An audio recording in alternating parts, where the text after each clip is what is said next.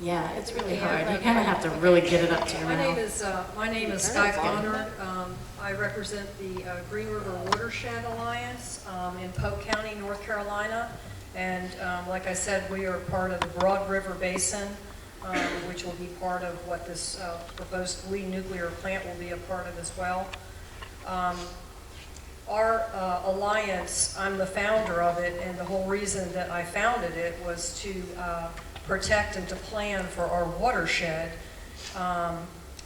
And we are a sub-basin of the Broad River Basin, which is known as, to the Department of Water Resources, 1.1. Ellen Thomas alerted me to that this plant might be built, and she shared with me that the demand of this plant would require, I think she said 47 million gallons a day, and I just got confirmation that you think it's about 50 million gallons a day. And I simply, being that I'm trying to protect the water, quality and quantity, that number, it just didn't mean anything to me. It's like, I don't know, is that a lot? Is that not a lot? What do the people need? What is the demand for the public in this entire Broad River watershed, so that I can compare what demand this nuclear plant will require, and especially in light of global warming, whether you believe that or not. There's certainly, climate changes and droughts in 2002, 2007, 2008, and they're getting longer, and we've had no snow, and, so I think this is a very real pattern that we're seeing here. So I'm very concerned about supply and demand. And so anyway, I work with the Diener up in North Carolina with Department of Water Resources and also the Department of Water Quality.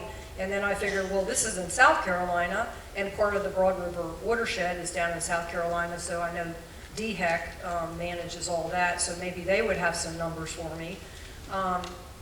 But I didn't get any luck with talking to the DHEC people to get some real numbers on what is the demand of the people in this watershed, in this Broad River Basin, except from North Carolina. I talked to Steve Reed, section manager for the Broad River Basin of the Division of Water Resources in North Carolina. And he had to hustle to get some statistics, and he came up with this, he and his team. He said that, and just keep that 50 million gallons a day in your head to compare it to, so we can compare apples to apples, and using that unit of measurement, millions of gallons a day demand.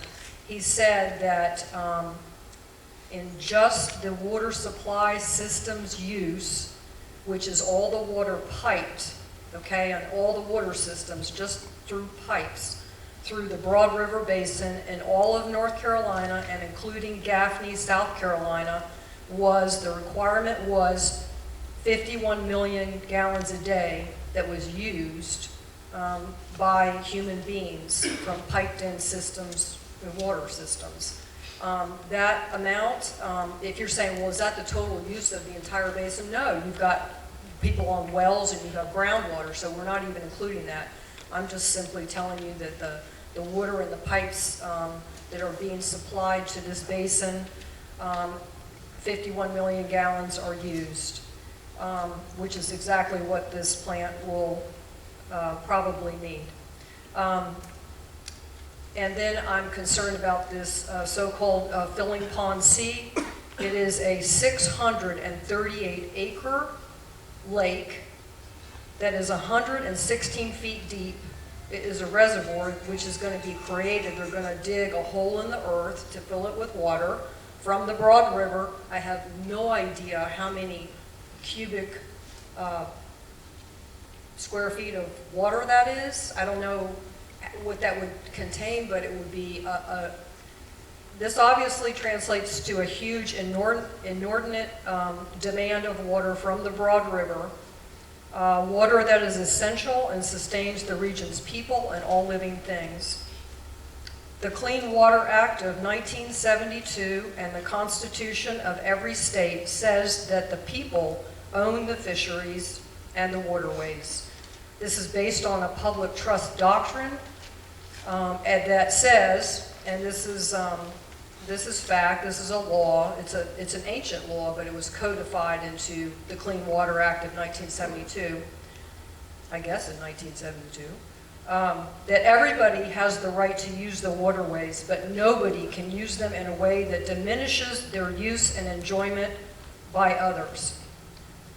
I think the proposed Lee nuclear plant will effectively diminish the public use and resource rights of the Broad River.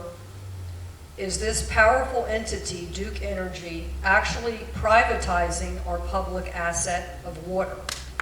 I'm asking the question. It seems to me that this is a violation of environmental laws. It's certainly challenging this environmental law.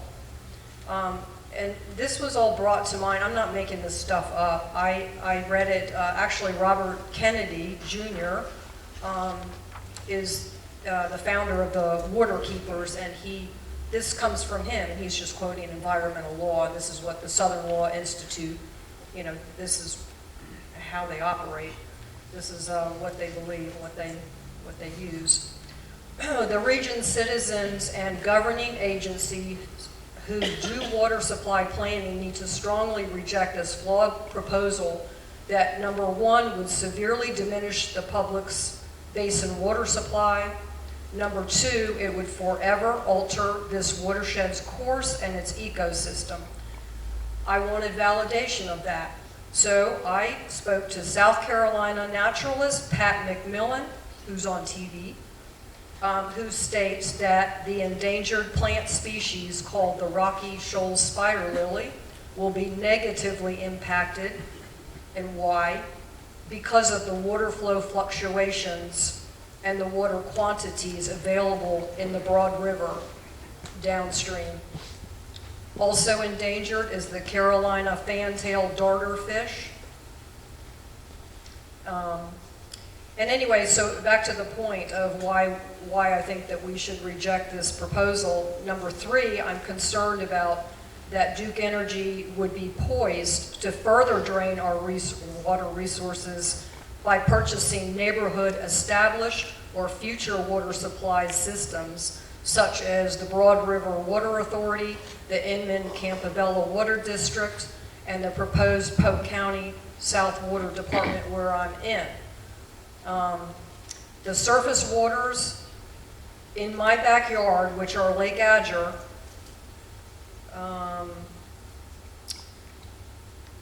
and its supplier, the Green River, which drains then into the Broad River, so this is all part of the same system. I believe that these waters need a voice to advocate keeping them clean and keeping them just where they are in Polk County, North Carolina, and that's why I'm here today. Thank you very much for listening.